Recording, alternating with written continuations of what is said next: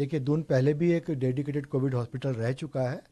अभी, लेकिन जो एडवाइजरी आई है उसमें अभी हमें कोई पैनिक करने की ज़रूरत नहीं है। उसमें सिर्फ हम लोग को यही एक करना है कि हम लोग अपनी टेस्टिंग बढ़ाएं, और जो पोर्टल पर ILI और सारी केसेज होते हैं, इन्फ्लुएंजा किलने जो कि फ्लू जैसे केस हैं, या फिर जिनकी सांस फूल रही है, सारी केसेज हैं, उनको हम पोर्टल पर अपडेट करेंगे, जिससे एक हम लोग के पास एक डाटा बैंक रहे हमेशा कि क्या नंबर बढ़ रहे हैं। और दूसरा, इसमें जितनी भी टेस्टिंग है वो हम लोग को बढ़ाने के लिए इंस्ट्रक्शन मिले हैं। और ऐसा मैं बताना चाहता हूँ कि दून में कभी भी हम लोगों ने अपनी तैयारियां डाउन नहीं की थी। उसमें चूंकि अब नए पेशेंट भी और सब भी बीमारियों के पेशेंट भी यहाँ भर्ती रहते हैं, तो वो सब कार्य जारी रहते हुए भी हमने कोविड के लिए हमेशा जांचें जारी रखी थी। और इस क्रम में आगे एक 20 बेड का ऑक्सीजन बेड का एक वार्ड कोविड के लिए रिजर्व किया गया है, और एक 9 बेड का ICU जहाँ पहली पुरानी कोविड बिल्डिंग है उसी में। बाकी डॉक्टर्स की टीचिंग ट्रेनिंग हमेशा जारी रही है यहाँ। इसके अलावा हमारे ऑक्सीजन प्लांट वगैरह का मॉक ड्रिल हो चुका है, वो सुचारू रूप से कार्य कर रहे हैं। इसके अलावा हमारी सभी मेडिकेशंस वगैरह का ऑडिट भी हम लोगों ने कर लिया है, वो सब भी हमारे पास प्रचुर मात्रा में है, जिसमें PPE किट है या N95 मास्क हैं, वो सब हमारी तैयारी पूरी है। देखिए बिल्कुल आप लोग के माध्यम से मैं कहना चाहूँगा कि ये नया वेरिएंट को पिछले वेरिएंट से बहुत ज़्यादा अलग नहीं है। जैसे कि पहले देखा गया कि जो बड़ी उम्र के लोग हैं या बहुत छोटे बच्चे हैं, इसके अलावा जिन्होंने वैक्सीन नहीं ली है, इसके अलावा जिनको शुगर या ब्लड प्रेशर या किडनी की प्रॉब्लम या कैंसर पेशेंट्स हैं, दिल के मरीज हैं या किडनी के मरीज हैं, इस तरह के कोमॉर्बिड कंडीशन वाले बड़ी उम्र के लोगों में ही ज़्यादा गंभीर रूप देखने को मिला है। तो उन सब लोगों को बहुत अच्छे से अपना ध्यान रखना है, और उन सभी से अपील है कि अगर आपको कोई भी खांसी, बलगम, बुखार या बदन टूटना या लगातार हेडेक बने रहना, ऐसा कोई भी प्रॉब्लम है, तो अपने डॉक्टर को ज़रूर मिलें, अपनी जांच करवाएं और प्रॉपर इलाज लें।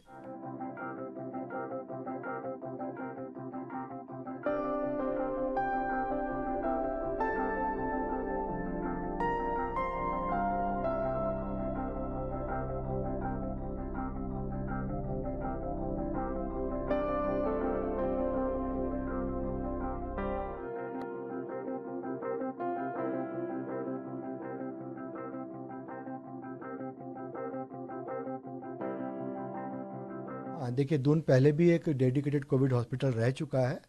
अभी, लेकिन जो एडवाइजरी आई है उसमें अभी हमें कोई पैनिक करने की ज़रूरत नहीं है। उसमें सिर्फ हम लोग को यही एक करना है कि हम लोग अपनी टेस्टिंग बढ़ाएं, और जो पोर्टल पर ILI और सारी केसेज होते हैं, इन्फ्लुएंजा किलने जो कि फ्लू जैसे केस हैं, या फिर जिनकी सांस फूल रही है, सारी केसेज हैं, उनको हम पोर्टल पर अपडेट करेंगे, जिससे एक हम लोग के पास एक डाटा बैंक रहे हमेशा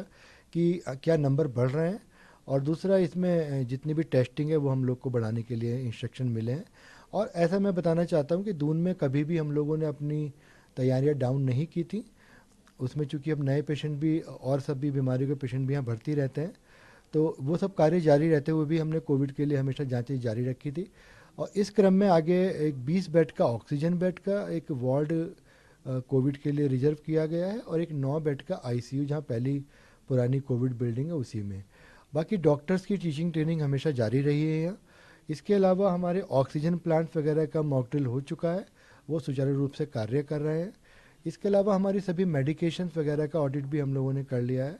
वो सब भी हमारे पास प्रचुर मात्रा में है, जिसमें PPE किट है या N95 मास्क हैं, वो सब हमारी तैयारी पूरी है। देखिए बिल्कुल आप लोग के माध्यम से मैं कहना चाहूँगा कि ये नया वेरिएंट को पिछले वेरिएंट से बहुत ज़्यादा अलग नहीं है। जैसे कि पहले देखा गया कि जो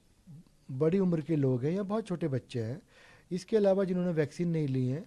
इसके अलावा जिनको शुगर या ब्लड प्रेशर या किडनी की प्रॉब्लम या कैंसर पेशेंट्स हैं, दिल के मरीज हैं या किडनी के मरीज हैं, इस तरह के कोमॉर्बिड कंडीशन वाले बड़ी उम्र के लोगों में ही ज़्यादा गंभीर रूप देखने को मिला है। तो उन सब लोगों को बहुत अच्छे से अपना ध्यान रखना है, और उन सभी से अपील है कि अगर आपको कोई भी खांसी, बलगम, बुखार या बदन टूटना या लगातार हेडेक बने रहना, ऐसा कोई भी प्रॉब्लम है, तो